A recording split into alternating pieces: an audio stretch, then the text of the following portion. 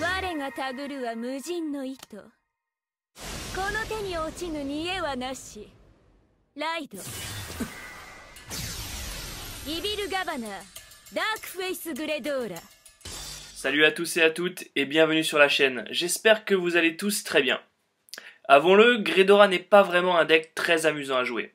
Ce dernier est vraiment très linéaire, l'essentiel du plan de jeu consistant à faire overwhelm à peu près à tous les tours.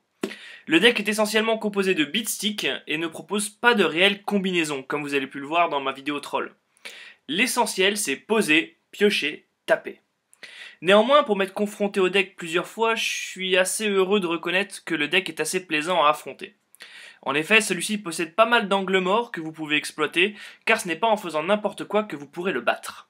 Le pack Gredora demande donc une certaine réflexion pour parvenir à le surpasser, et va même mettre à l'épreuve l'ensemble de vos talents de cardfighter. De même, lorsque vous jouez le deck, il y a quelques petites subtilités qu'il faut connaître. Cette vidéo a donc pour objectif de vous permettre de tout connaître de Gredora, pour mieux le jouer, et aussi pour mieux l'affronter. Attention, c'est parti! Pour commencer, attaquons les petites subtilités auxquelles il faut faire attention lorsque c'est vous qui maniez le deck Gredora. Le premier effet de Gredora est somme toute très puissant.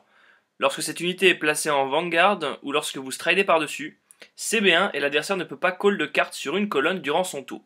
Un effet puissant certes, mais gare aux erreurs d'inattention, car cet effet est once par turn, donc utilisable qu'une seule fois par tour. Or, il faut savoir que quand vous placez Gredora en Vanguard Circle, l'effet auto s'active, il est déclenché, et si vous n'activez pas l'effet à ce moment, vous ne pourrez plus l'utiliser même si vous stridez dessus durant le même tour. Ça peut paraître con, mais j'ai vu quelques personnes faire cette erreur par inattention, et ça peut vous coûter très cher en tournoi. Ce qu'il faut également savoir sur cet effet, c'est que Link Joker et particulièrement Messiah ont la capacité de le contrer. En effet, il a été confirmé par Bushiroad que call une carte de la main en position lock, outrepasser les skills empêchant le call tels que Gredora, Optyrandus ou encore le dieu Gizeh. La seconde petite subtilité réside dans l'utilisation in-game du starter, qui est souvent Promulava. Son effet est de pouvoir le mettre en soul en début de ride phase pour piocher 1 et reste toutes les unités adverses. Dans les match-up contrôle, la plupart des joueurs Gredora auront tendance à faire son skill quasi immédiatement pour générer du card advantage et éviter une possible destruction, lock ou domination. Mais ce move, réalisé quasi automatiquement, peut être à double tranchant, car n'oubliez pas que votre Open Stride coûte 2 CB et que ce starter en lui-même coûte 1 CB. En faisant ça, l'adversaire peut donc, en gérant bien ses attaques, ne vous laisser que 1 CB en open, vous forçant donc à choisir entre le stride skill de Gredora, la draw de Overwhelm, ou alors même concéder l'open stride. Réfléchissez donc bien à la configuration de jeu avant d'utiliser ce starter. Enfin, il est temps de passer à la star du pack, Overwhelm, avec un ruling assez intéressant mais que peu de gens connaissent. Overwhelm possède deux effets surpuissants, mais on va ici s'intéresser uniquement à son skill de draw. Pour rappel, Overwhelm possède un skill act qui vous permet de piocher autant de cartes que le nombre de rearguard adverses en position rest. Et si vous avez pioché une carte ou moins, elle gagne un extra crit et un extra drive. Alors oui, c'est très fort, mais il y a un errata sur la carte qui la rend encore plus forte. En effet, contrairement à ce qui est inscrit sur la carte, la draw est optionnelle. J'entends par là que c'est vous qui choisissez le nombre de cartes que vous souhaitez piocher. Sur la carte, il est écrit « Draw up to the same number of rest units ».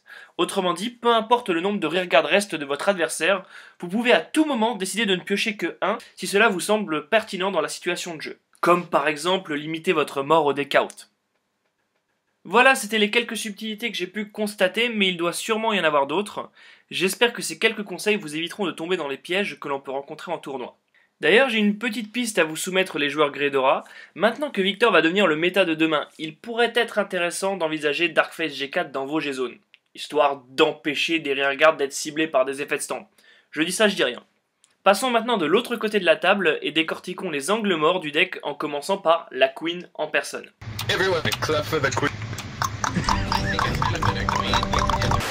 Gredora, comme nous l'avions vu précédemment, possède le skill de bloquer une colonne dès le ride G3.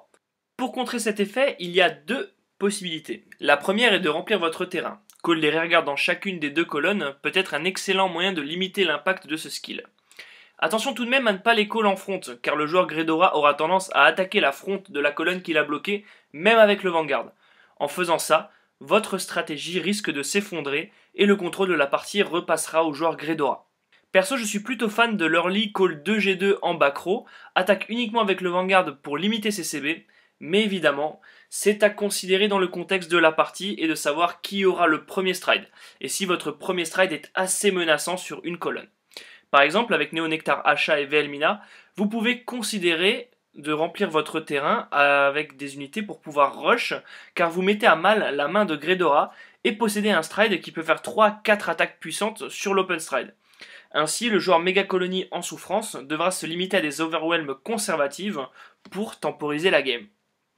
La seconde option exploite non pas un counterplay mais plus un angle mort de Greydora en elle-même. En effet, le skill de blocage de la colonne ne fonctionne que durant le tour de l'adversaire de Greydora.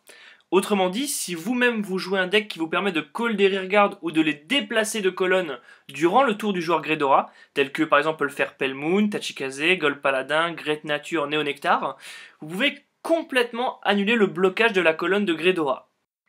Ensuite, Greydora possède également un autre effet qui permet de vous forcer à Counterblast. Réfléchissez donc toujours à votre consommation de CB.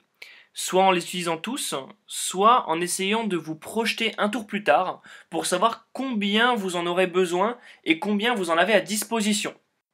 Essayez également de prendre en compte le power-up que va donner Overwhelm par rapport à vos CB face down et de prendre également en compte les cartes de votre main. Est-ce que ça vous permet de gérer justement ce tour de Overwhelm avec ce fort power-up ou pas?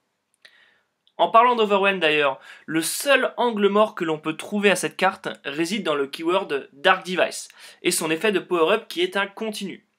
Ainsi, si vous parvenez à laisser une unité en position stand derrière le Vanguard, vous pouvez annuler le power-up de Overwhelm.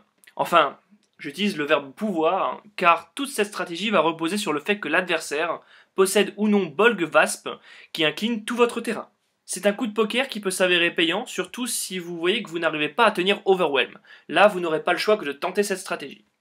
L'un des autres angles morts du deck réside également dans son faible nombre d'unités pouvant paralyse vos unités. Comprenez les empêcher de stand durant la stand phase. En effet, la majorité des compos Greydora s'axent surtout sur des beatsticks et des cartes permettant de rembourser les costs de Overwhelm et Greydora. La majeure partie des listes ne contiennent alors que 7 à 8 moteurs de paralyse, comprenant Darkface Alkides et aussi Punish Tag ou alors Vulgar Blister. Mais moi j'ai une petite préférence pour Punish Tag. Ainsi, même lorsque vos unités sont restes sur une colonne bloquée, elles seront occasionnellement paralyse et vous pouvez les restand pour attaquer dans une grande partie des cas.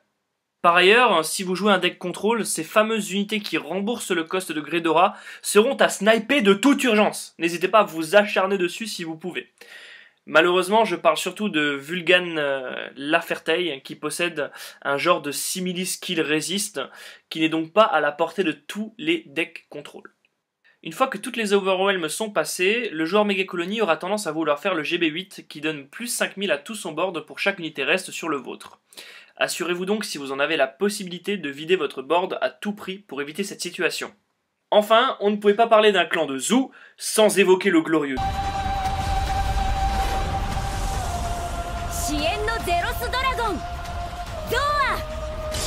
qui est au top de son efficacité dans Greydora.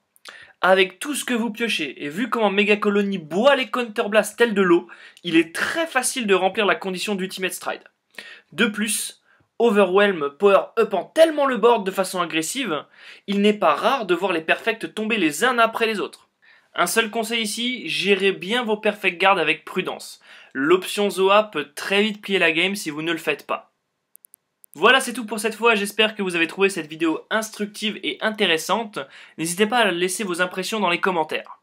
Sinon, toujours le même refrain, mettez un pouce bleu si ce type de vidéo vous plaît, et n'hésitez pas à vous abonner pour tout voir de la chaîne. Je remercie également les personnes qui m'ont aidé à playtest Greydora et à pouvoir analyser un peu mieux le deck. Sur ce, je vous souhaite une très bonne journée, et je vous dis à une prochaine sur la chaîne. Salut! Ces match-ups ont été payants pour la plupart des matchs d'un pouvoir.